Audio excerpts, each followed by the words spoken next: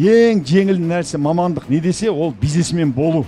Не сенің кәсібің интернетке келеді, не сенде кәсіп болмайды. Ресторан бар ма, бірден өндіріп жатыр ма, саудамен айналысып жатыр ма?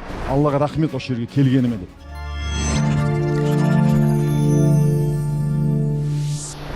Дәл бүгін кезде ең жеңіл нәрсе мамандық не десе, ол бизнесмен болу. Керемет құралдар шықты. 99% кәсіпкерлер Қазақстанда сол құралдарды білмейді. Меңгермеген, осында барғаннан кейін, буквально 2 күннен кейін барып үйренген нәрселерді сұрасаңдар, білмейді. 10-15 жыл жасап жатқан кәсіпкерлер. Олар болашағы жоқ олардың. Қазір біздің нарқымызға көрші мемлекеттердің кәсіпкерлері Киевте, Москвада отырып ақ кіріп істеп отыр бәрін бұрқыратып. Киви кошелегі бар, колесо кезеті бар, ламодасы бар, сату кезет, OLX кезет. Бәр ақшамызды бұрқыратып әкетіп жатыр жан-жақтан талант-тараж салып. Өйткені заманауи құралдарды, ракетаны меңгеріп алды. Біздің кәсіпкерлер әлі шоқпармен жүр. Олардың заманы бітті. Олар кәсіпкер ретінде жоқ десе болады. Кәсіпкер ретінде болашақ шансы 0. 20 жыл бұрын Билл Гейтс айтқан, не сенің кәсібің интернетке келеді, не сенде кәсіп болмайды деп. Ол бүкіл әлемге осы жағдай келді.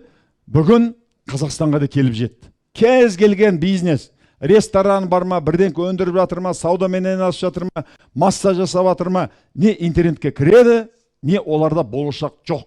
Өкінішке қарай біздің қандастарымыздың қазір 10-20 жыл айналысып жатқандардың 90-90%-дан астамы осында келгендер 100% айтады. Мен 10-15 жыл бойы айналысып жатыр, мен жабайы екенмін, менің болашағым жоқ екен. Аллаға рахмет осы жерге келгеніме деп. Осы видеоны көріп отырған құрметті көрермен, мен сізге өте ризамын. Сіз мүмкін мектеп оқушысы, мүмкін студент, мүмкін жұмысшы, мүмкін менеджер, болмаса кәсіпкер боларсыз.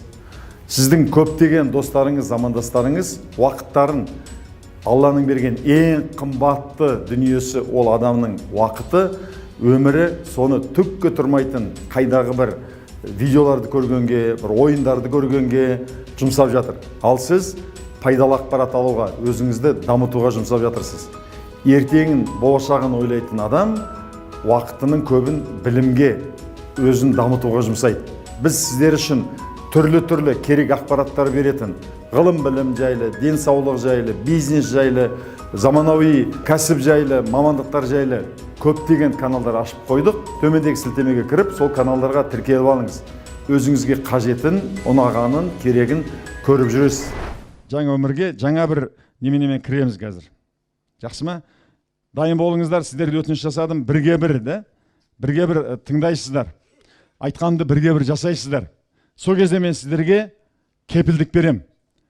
Мүлде басқа адам болып, жаңа заманауи техниканы кілтін ұстап шығасыздар. Табыс табу деген ешқандай проблема болмайды. Қаржылық қыспалық, қаржы табу деген сіздерге 5-10 орындағы мәселе болып қалады. 1-ші орынға денсаулық, эмоция солар шығады. Өмірдің мәнін табу, бағанағы Мыржақып айтқандай, қалғанша жарты жаңқан мен сенікі пайдалан шаруаңа жара салаш деп. Енді сұраушы емес, кімге көмектесем деген адамға, беруші адамға айналасыздар, Мыржақып сияқты. Осы идеяны сіңіресіздер. Қаржы табу сіздерге проблема болмайды. Бірақ талап айтқанды бірге бір орындау. Бағанамен көтеріп, еңсеңді көтеріп тұрып, айғайлап тұрып, айтып тұрып жаса десем, соны жасау керек.